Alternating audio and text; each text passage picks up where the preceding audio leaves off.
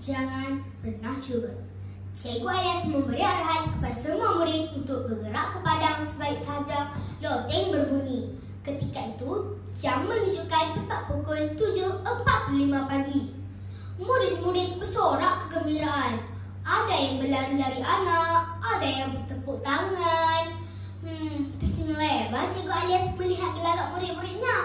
Mana tidaknya, setelah sekian lama, Kementerian Pelajaran Malaysia (KPN) tidak membenarkan pelajar-pelajar melakukan aktiviti luar bilik darjah kerana cuaca panas yang melampau melanda negara kita.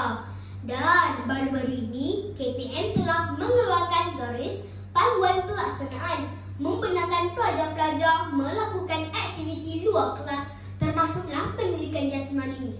Apalagi kawan-kawan, semua murid pun sangat gembira dan masing-masing tidak sabar untuk turun ke padang. Setelah semua murid berada di padang, Cikgu Alias pun memulakan sesi pengajaran dan pembelajarannya bersama murid-murid. Dalam keadaan pelajar-pelajar Cikgu Alias bergembira, Cikgu Alias agak pelik melihat keadaan Sofian yang tidak seperti selalu. Setiap arahan yang diberikan tidak diendahkan oleh Sofian. Usai sahaja mata pelajaran pendidikan jasmani, semua murid beredar ke kelas. Begitu juga dengan Sofian. Cikgu Alias memerhati dari jauh. Apalah masalah si Sofian ini? Semasa bermain tadi pun tidak ceria, sekarang pun tidak ceria. Atau Sofian tidak sihat? Cikgu Alias perasan yang sikap Sofian berubah sejak 2 hari lepas lagi. Ketika itu, dia mengajar pendidikan seni di kelas 6 harmoni, iaitu kelas Sofian. Dia tidak banyak bercakap. Cikgu Alias bermonolog sambil berteka-teki dengan perubahan Sofian. Jam menunjukkan tepat pukul 9.45 pagi. Loceng berbunyi menandakan waktu rehat sudah tiba. Murid-murid ke kantin untuk makan dan rehat setelah 2 jam belajar. Cikgu Alias mengambil kesempatan untuk ke kantin bagi menjamah sedikit makanan. Sebaik sahaja dia menuju ke kantin, dia terpandang satu sosok badan yang berada di bawah sepohon pokok di hujung kantin sedang termenung sendirian. Siapa pula yang berada di situ? Bisik hati Cikgu Alias. Cikgu Alias pun terus mendekati pelajar itu. Rupa-rupanya pelajar itu ialah Sofian.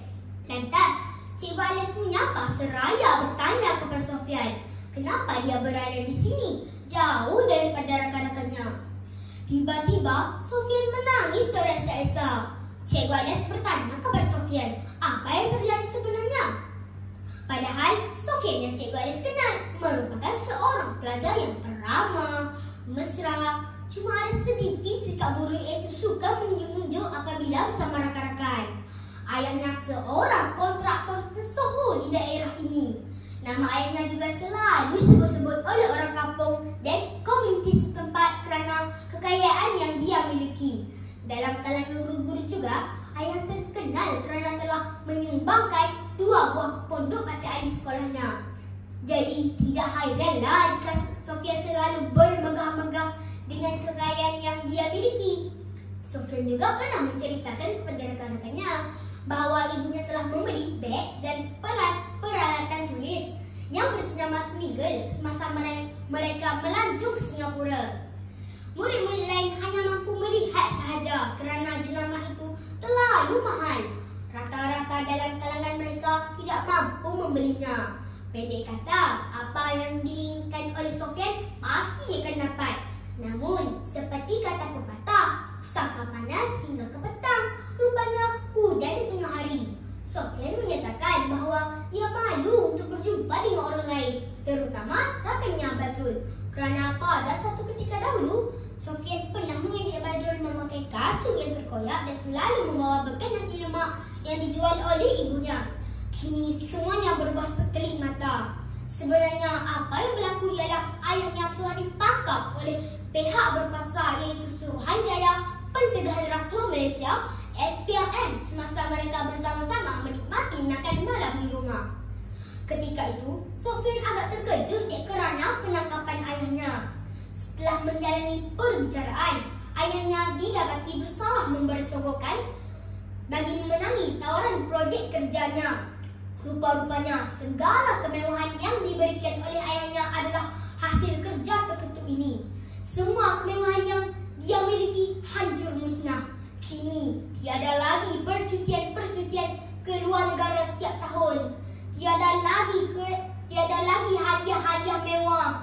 Tiada lagi kereta mewah menjemputnya pulang dari sekolah.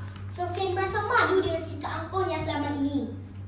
Ayahnya juga meminta maaf dan menyatakan dia amat menyesal dengan perbuatannya ini. Hanya kerana inginkan kemewahan, beliau sanggup mengambil jalan singkat. Sesungguhnya perbuatan rasuah ini mengundang penyesalan dan melibatkan keluarganya. Begitulah kawan-kawan, sesal dahulu pendaftar, sesal kemudian tiada gunanya. Sepandai-pandai tupai melompat, akhirnya jatuh ke tanah juga. Begitulah ibarat hidup Sofian dan keluarganya. Sebelum saya akhiri cerita ini, saya bawakan beberapa pengajaran yang boleh sama-sama kita jadikan iktibar.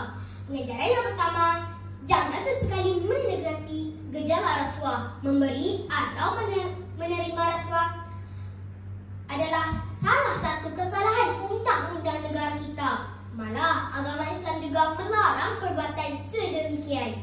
Oleh itu, jauhilah rasuah kerana kita wira anti rasuah.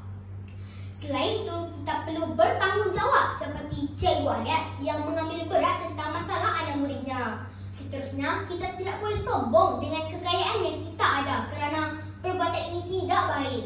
Dan pengajaran yang terakhir ialah kita sentiasa meminta maaf dan memaafkan orang lain. Sikap ini patutlah dicontohi. Sekian sahaja cerita daripada saya. Sehingga berjumpa lagi. Sekian, terima kasih.